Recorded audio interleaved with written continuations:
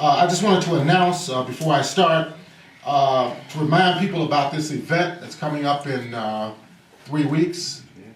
It's going to be a national march in Washington, D.C. to commemorate the 75th anniversary of the Works Progress Administration that created 8 million jobs for unemployed workers during the Great Depression. And today we hear nothing about a WPA program. It's nowhere in the cards, it's nowhere in the discourse. So we have to put it in the discourse so the president and the ruling class will know that we remember our history. That's right. That's right. And we're going to build on our history in order to forge forward.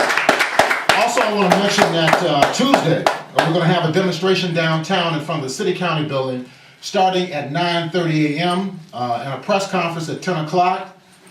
And this is to, in fact, call for unity citywide to address all the major issues that we're facing here in the city of Detroit. We've got massive unemployment. We've got huge home foreclosures and evictions. We've got a lack of health care. We have a situation where a group from Nashville, Tennessee is coming here to buy up the Detroit Medical Center, a non-profit entity. When in fact we already have hundreds of thousands of people in the city who have no health insurance whatsoever. We also have massive school closings right here in the city of Detroit.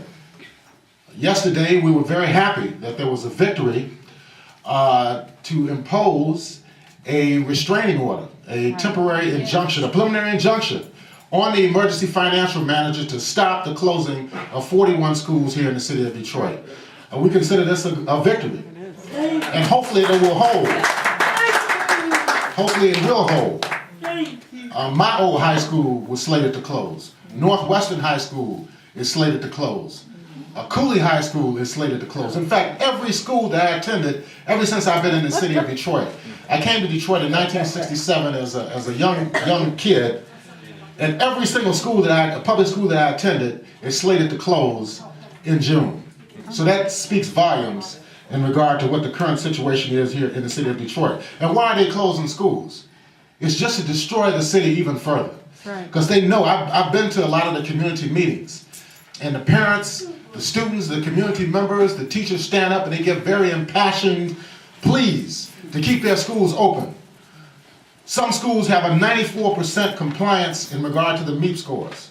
So they can't close them on that basis that they're not excelling academically. Some of the parents are talking about that their young first and second graders will have to walk 1.1 miles just to get to another school over a expressway bridge. I mean, they're not going to do that. They're going to take their children and put them in charter schools. They're going to send them to suburban schools, and this is just going to have a snowball effect. But this is the plan. That's right. And why are they doing this in a census year, where every head should be counted? Because we're talking about districting, we're talking about federal grant money, and so forth. So it's obvious. We're not conspiratorial theorists, okay? We're not paranoid, but we know this is definitely designed to further weaken our city and weaken our ability to fight back. Now, the mayor just this week issued this document here. It's a huge document. This is the budget for 2010 and 2011 for the city of Detroit. This is available online. All you got to do is go online and get it. I was fortunate enough to get it from a city employee who gave me a copy. And I've been poring over this document, and it's quite fascinating. But so when people in their spare time, if they want to look at it, it's a very fascinating document. He's talking about a number of things, trimming $101 million out of the budget. How's that going to be done? By laying off workers, cutting back on city services, and engaging in other types of assaults on working people here in this country. Now, on April 13th, just the past Tuesday, Detroit Mayor Dave Bing presented the city's 2010-2011 annual budget to the City Council amid much anticipation and fanfare. The budget called for the cutback of city services and the laying off of over 300 city employees. Although many people had speculated that there would be plans to lay off hundreds of more workers, when the actual details of the report are read and analyzed, it becomes clear that there remains many unanswered questions in regard to revenue generation, the amount and the status of municipal debt service, and the degree of local control that will be relinquished to the private sector, the state, and other non-governmental entities.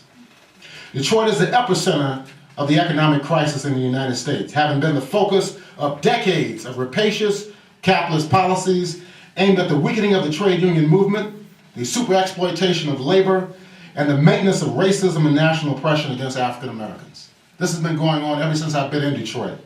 It is going on now at even a more faster and a more vociferous rate. Corporate Detroit, which encompasses the financial institutions, the insurance companies, and other multinational corporations, continue to set the agenda for the future of this city. If people read the locally produced Crane's Detroit, which comes out every week, it's a business publication, it is easily discernible where Mayor Bing is getting the bulk of his ideas and policy pronouncements. All you got to do is read Crane's. With such a political orientation, it is not surprising that the city of Detroit is continuing to decline in all the major economic indicators. This failure of economic policy is not exclusively confined to the city of Detroit. The state of Michigan has the same problems that are facing the city.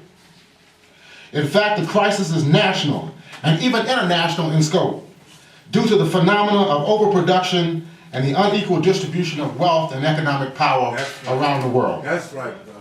Over the last 3 years, the economic situation in Detroit and throughout the country has taken a drastic turn towards disaster.